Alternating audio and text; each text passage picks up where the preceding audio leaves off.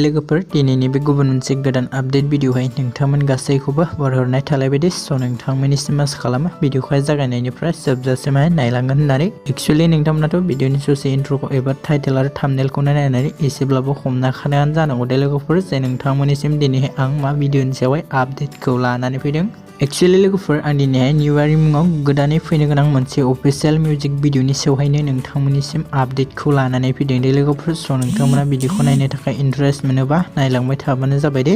ओमफ्राय लोगोफोर बे आपकामिं मोनसे मिउजिक भिडिअनि टाइटेलानो जाहैदों सरलपारा दे लोगोफोर।